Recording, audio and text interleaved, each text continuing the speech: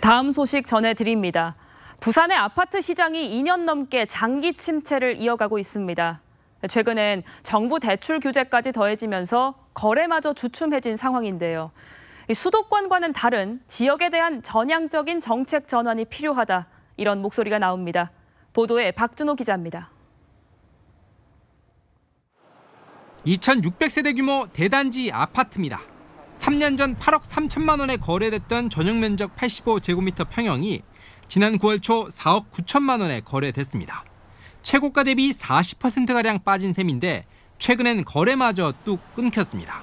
가격이 굉장히 많이 내렸는데 거래가 안 돼요. 올해는 금리도 높지만 DSR 해가지고 신용 때문에 대출하는 것도 상당히 어려워요.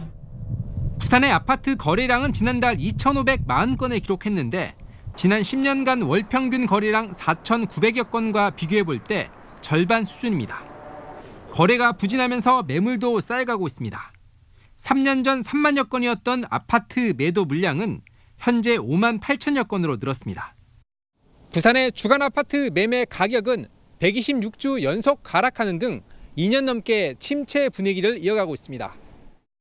일부 반등인 것도 사실이지만 계속해서 체력이 될 것 같으면 DSR 2단계 이런 거 적용할 때도 버텨야 되는데 버티지를 못하거든요. 버티지를 못하고 전반적으로 지금 거래가 다시 끊겨버리고.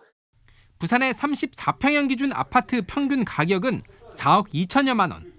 반면 서울은 13억 8천여만 원으로 아파트 가격 격차가 9억 6천만 원으로 사상 최다 수준으로 벌어졌습니다. 한국건설산업연구원은 서울과 다른 지역의 자산 격차가 확대되고 있다며 지역 주택시장 수요 회복이 필요하다고 밝혔습니다.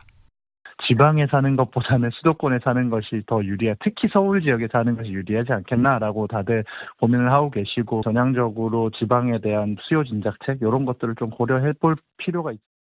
내년에 부산의 아파트 입주 물량이 1만여 가구로 크게 줄지만 대출 규제와 경기 침체 영향 등으로 시장 급반등은 쉽지 않을 것으로 보입니다. MBC 뉴스 박준호입니다.